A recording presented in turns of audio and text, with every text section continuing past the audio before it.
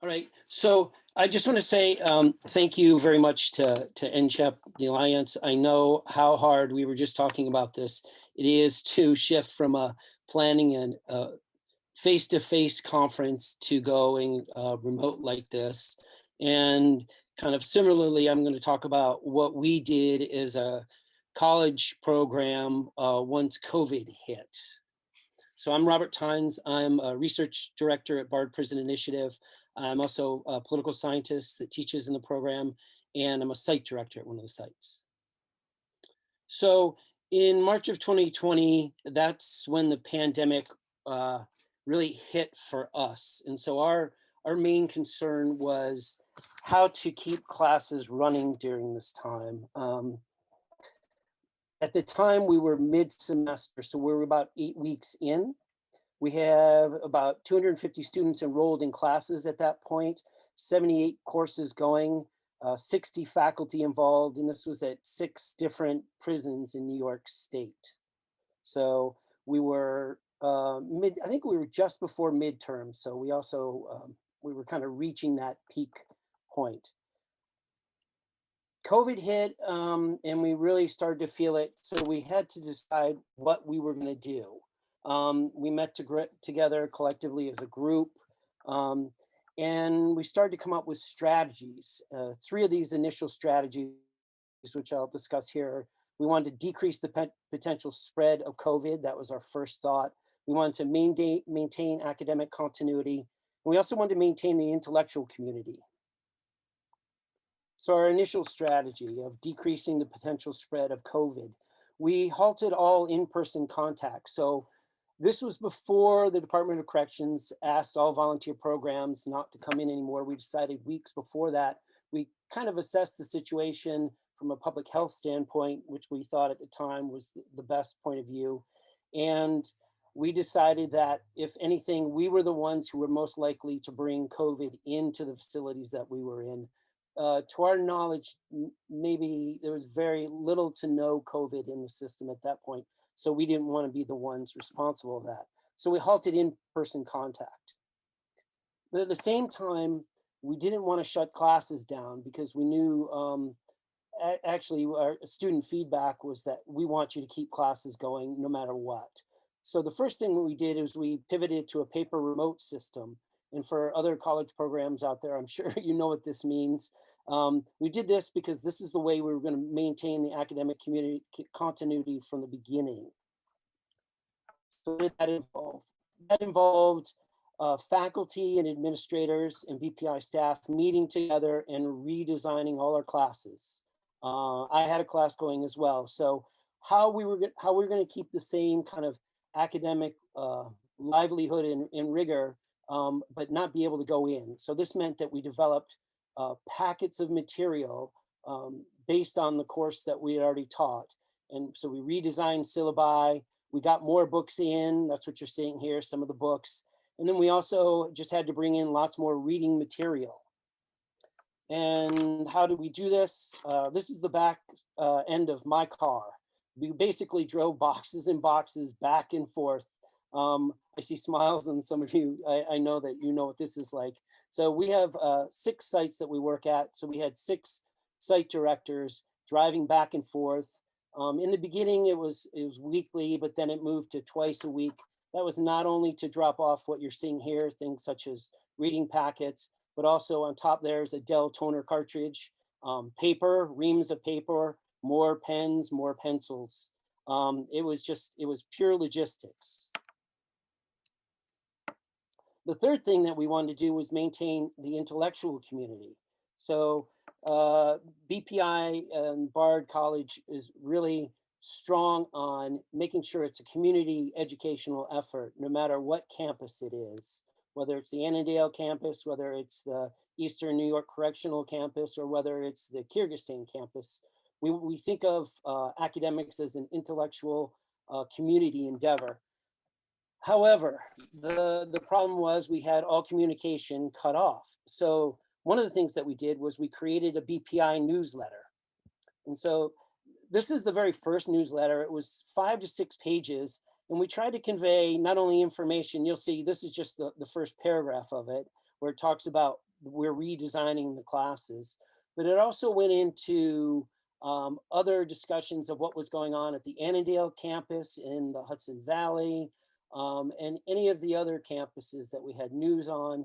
We also put in math puzzles, and we also had profiles from alum as well as Reverend Barver put in a piece, president of Bard College put in a piece. And again, this was just to increase communication and kind of keep our community going. The other thing that we did is we communicated via these drop-offs with the Writing and Math Fellows and the Bard clerks.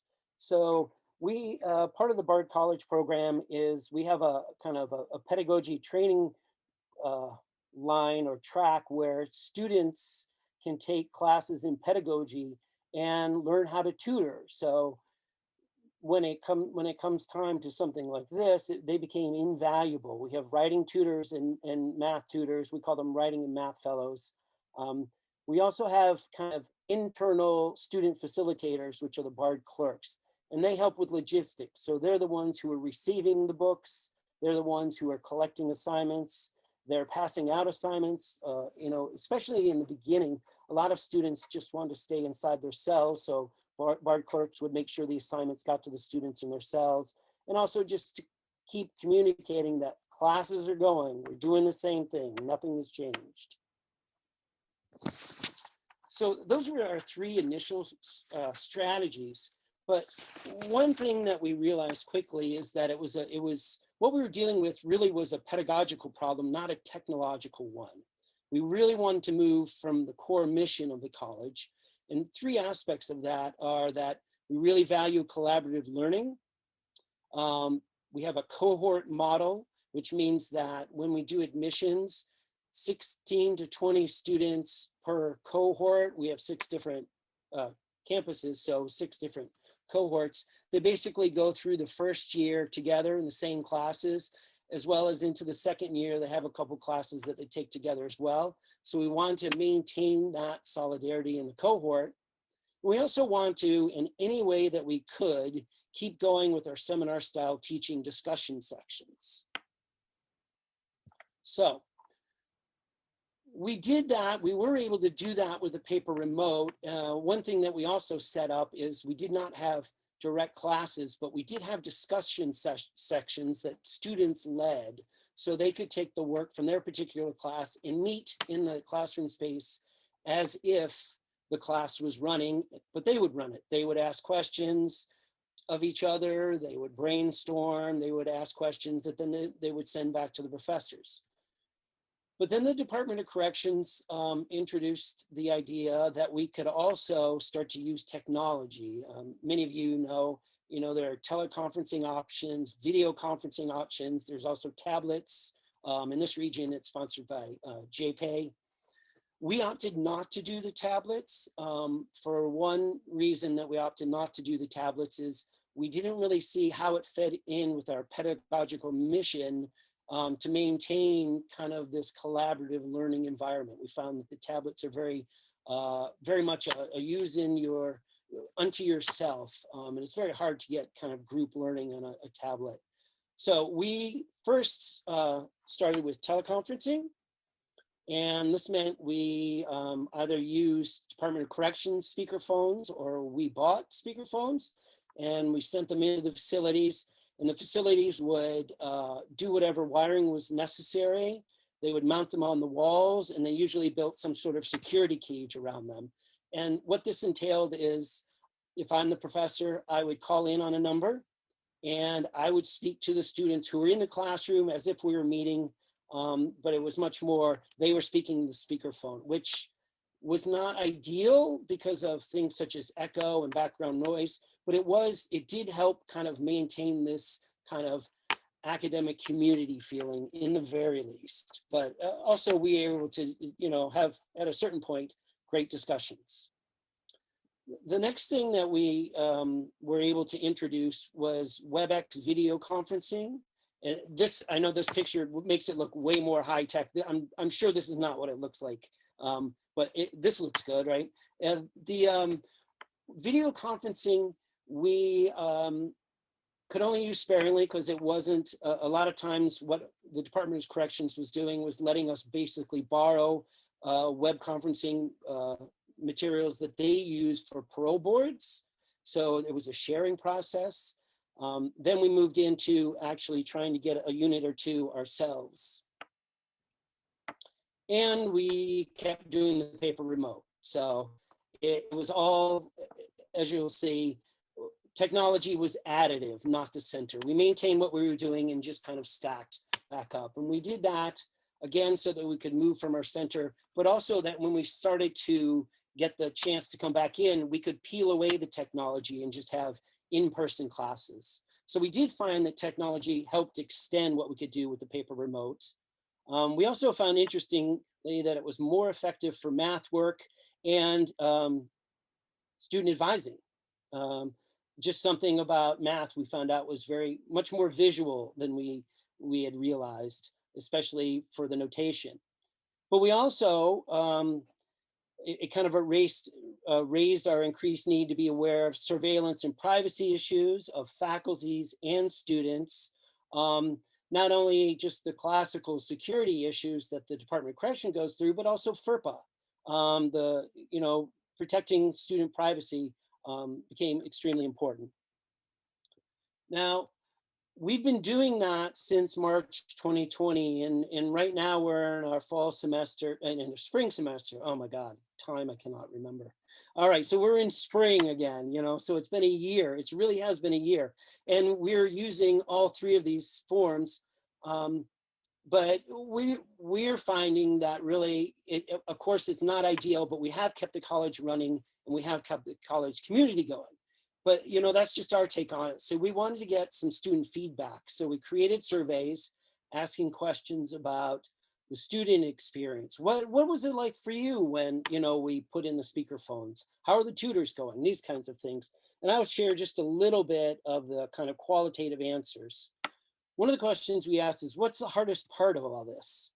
And one student said, the hardest part is not being able to have one-on-ones with professors like we used to.